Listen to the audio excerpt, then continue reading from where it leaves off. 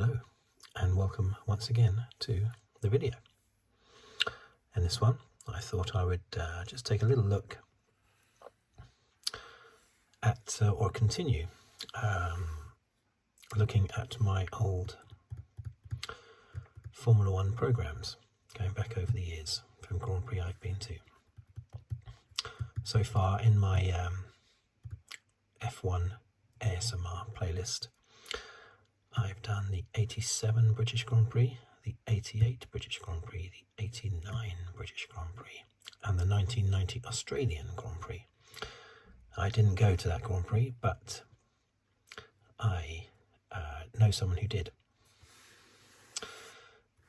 This time I'm doing the British Grand Prix from 1990. The race was on the 15th of July 1990, and I remember it well. I wish I didn't. But I do. I remember leaving the track at the end of the race. Really hot it was. That was the only saving grace, the fact that it was hot, not raining. And I was at Stowe Corner, and I was parked by the start-finish straight. So I had to traipse around half of the circuit, all the way around, a long walk, after the race, after Nigel Mansell's retirement and everything, and not just from the race but from Formula 1 apparently, throwing his gloves into the crowd. Beautiful Ferrari 641. Yeah, that was a bad race for Mansell. So let's go.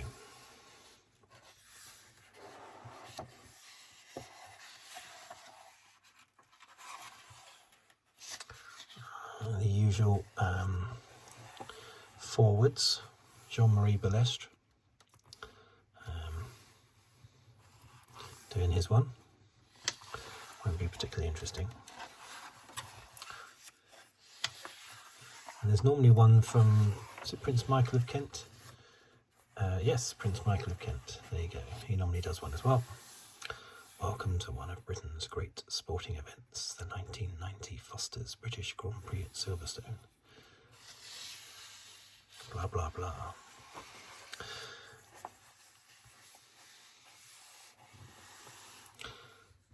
Elliott and Dunn in F3 race. Gary Dunn, never heard of that name before. Jason Elliott, never heard of that name before. Geordie Janay, I think I've heard of him though.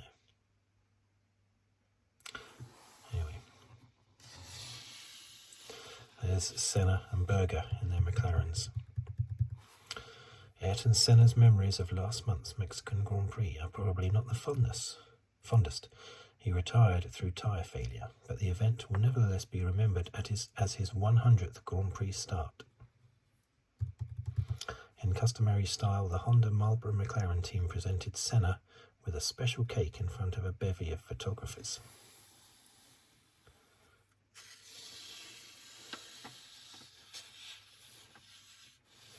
An even more impressive record may be within Riccardo Patrese's grasp this weekend. That's probably a number of race starts, because he did take over from Jacques Lafitte at the top. A number of Grand Prix starts. Mansell quickest in testing. Did they have testing just before the British Grand Prix? They had testing at all different times of the year back then, didn't they? Britain's Nigel Mansell was consistently quickest in 3 days of exhaustive testing at Silverstone a fortnight ago in preparation for this weekend's Foster's British Grand Prix. Yeah, so 3 days of testing. Nigel Mansell 1:07.89.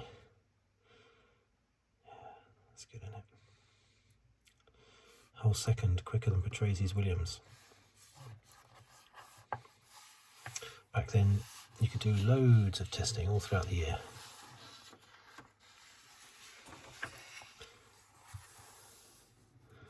The World Championship is 40 years old.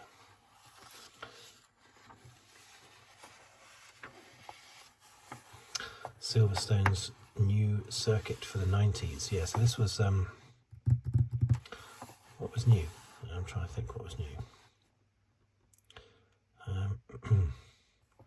Maybe it was this little,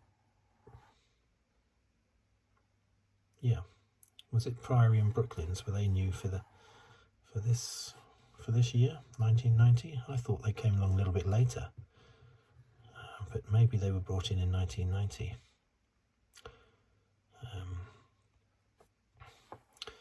And now it goes all the way in here, doesn't it? And you've got, is it Lancaster Strait or something? I don't know, it comes down here. But I didn't realise this was done as early as 1990. I'm sure that's the new bit, isn't it?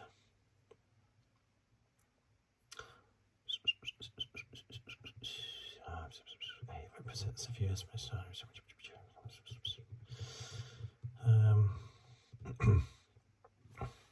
And you've got Maggots and Beckett's. Maybe that was the new bit, because I thought that came in 1991 or 1992.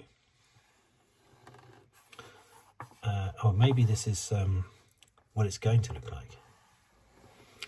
Work is scheduled to start in just over a fortnight's time on major changes to the Silverstone Grand Prix circuit, the latest stage in plans which will carry the home of British motor racing through to the end of the century. Blah, blah, blah. I think this picture is what it will look like after the changes.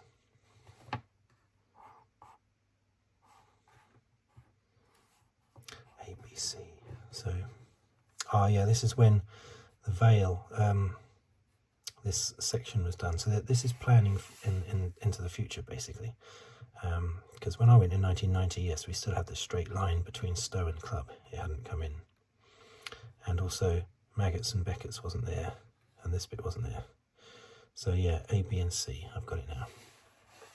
So this is the looking forward to the new layout into the 90s.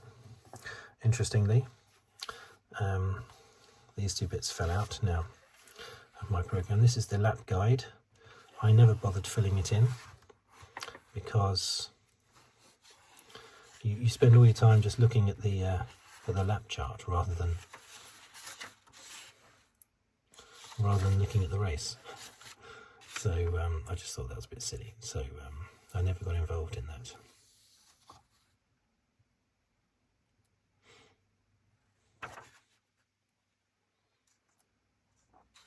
As you can see, Nigel Mansell, lots of retirements.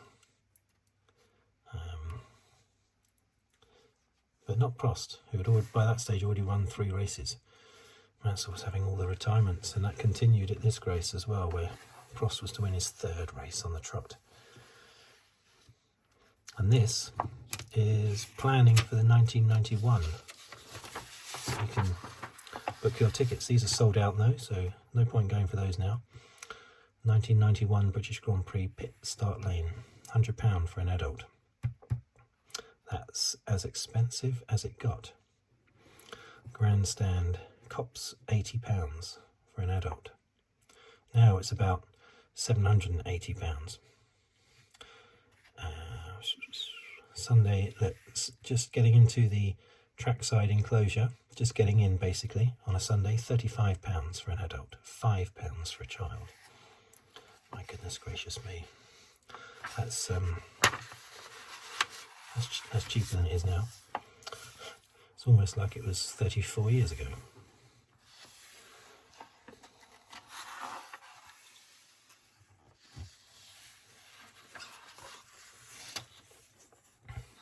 Previous results.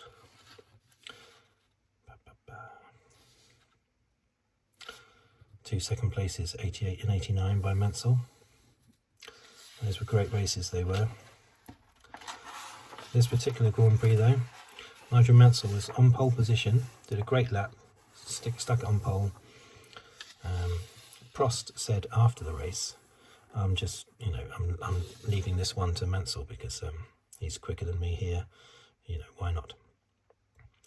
And Mansell was quickest, and during the race he was quicker than anybody, but his gearbox kept failing. I think it was his gearbox, nothing else. It was normally the semi-automatic gearbox back then.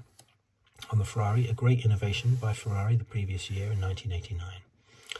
Fantastic innovation, but of course fraught with unreliability in its first couple of seasons when Ferrari were the only ones using it. Of course, after that, everybody now uses the pedal shift semi-automatic gearbox, and has done pretty much since about 91, 92, something like that. but it was Ferrari's innovation, and a fantastic innovation it was. Look at that beautiful 641. God dear. God, that's such a nice looking car. Deary me. But yeah, Mansell dominated the race for speed. He kept speeding up and overtaking drivers, and then his gearbox would start to fall apart. He'd start to lose gears, and he'd drop back behind Prost and Berger and Senna and the likes, and then his gearbox would start working again, and he'd overtake them again. And that happened two or three times. That happened, and then eventually he just retired, and he got so fed up that he retired from Formula One on the spot.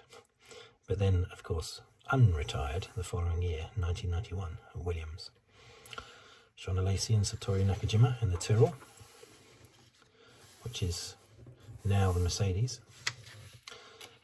There's the Williams, which is now still the Williams.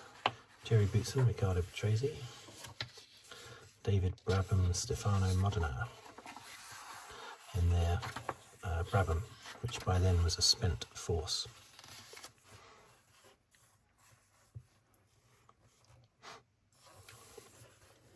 The Arrows team, Michele Alboreto, Alex Caffey.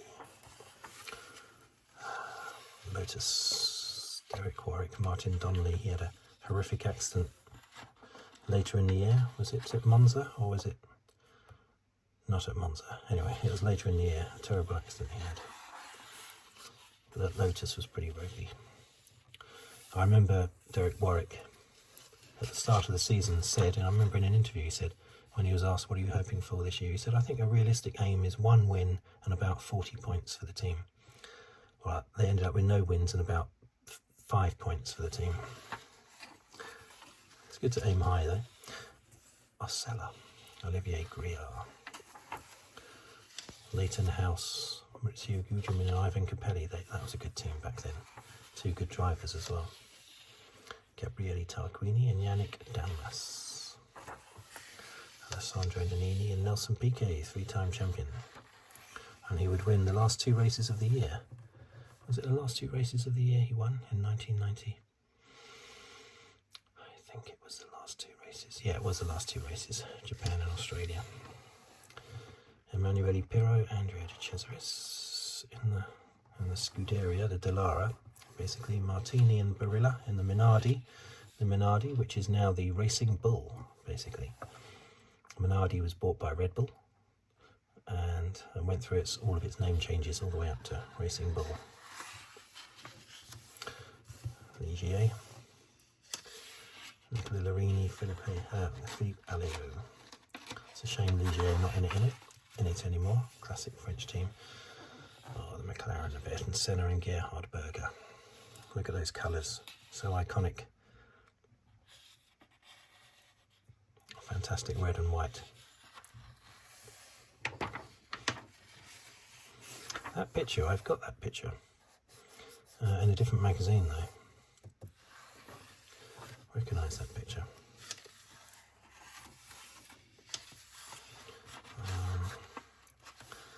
Mikuri Suzuki and Eric Bernard. And the Lola LaRousse. The Eurobrun for Roberto Romano and Claudio Langhis. Bertrand Gaccio, the guy whose incident with a taxi driver handed Michael Schumacher his first drive with the late great Eddie Jordan's Jordan Racing team. Eddie Jordan Racing. In the Belgian Grand Prix in 1991. It was due to Bertrand Gaccio's brush with the law. Onyx, Gregor Wojtek, JJ Leto. His career, I think, ended at the same Grand Prix that Ayrton Senna was killed. San Marino. 1994. He had a big accident at the start. Tends to get forgotten about because of the other 2 fatalities. Bruno Giacomelli. Life. Yeah, see, some of these teams just had one car. Television coverage of motorsport has grown steadily over the last decade.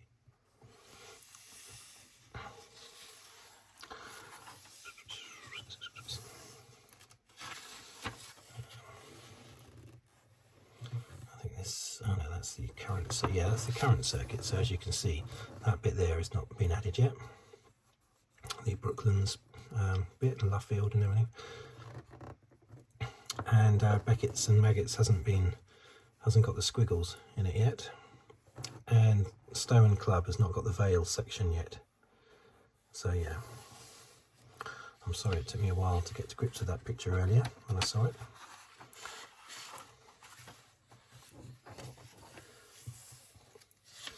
Form guide. Well, this is how they've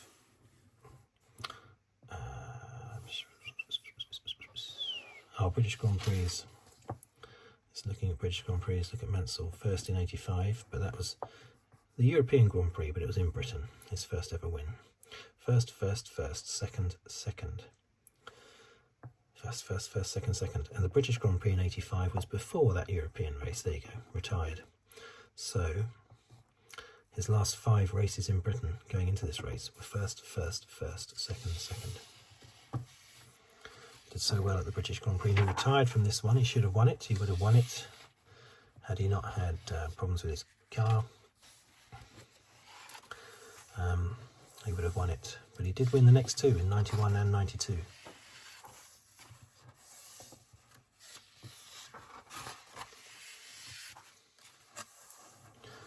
Don't really know much about touring car. I did used to watch it a little bit back in the day when there wasn't much motorsport to watch on TV. I used to watch, was it called Rally Cross as well? Murray Walker used to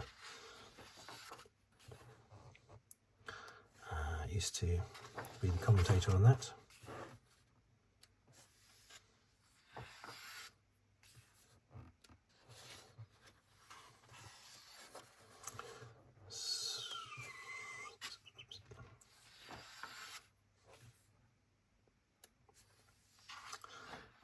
Look at that lovely picture of the circuit there. And that's how it is right now. Or not right now, but at the time of this Grand Prix, 1990, see. Stowe and Club. One big sweep. I love that. I wish they hadn't messed around with it. And now up here, it goes all the way in here somewhere, doesn't it? It goes all the way, come out and comes back. I always forget the name of the straight. It's not Lancaster, is it? I always forget what it is. Anyway. And you've got all the Luffields and Brooklands and all that nonsense. But I just used to love it when it was just a sweeping thing like that. And then into Woodcote, bomb it down there, into Stowe, bomb it down there. And it was just so flat out and super fast. And lots of places to overtake. But that simple layout, I really wish we still had that simple layout. That's why I used to park most of the time, just sort of there. And for this race, I watched it down there. So after the race, I had to trudge back, all depressed, all the way back round here, up here, fighting your way through loads of thousands of people, all the way up to here, dearie me.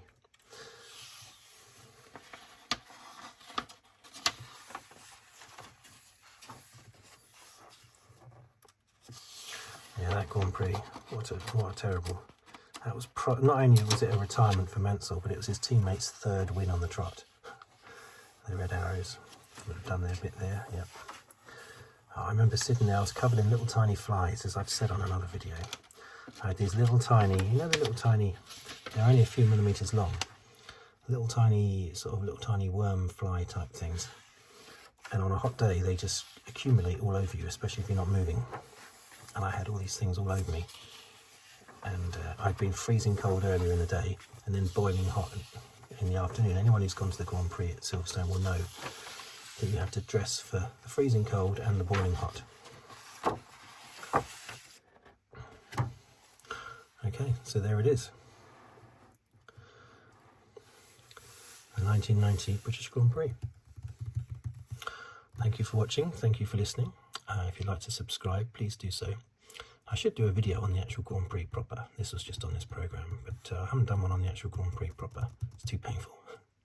No, I will do one. Yeah, so thank you for watching, thank you for listening. If you'd like to subscribe, please do so. or leave a message, a comment, or like the video, or even leave a tip on the thanks button below the video. And until next time, thank you once again. It's goodbye for now.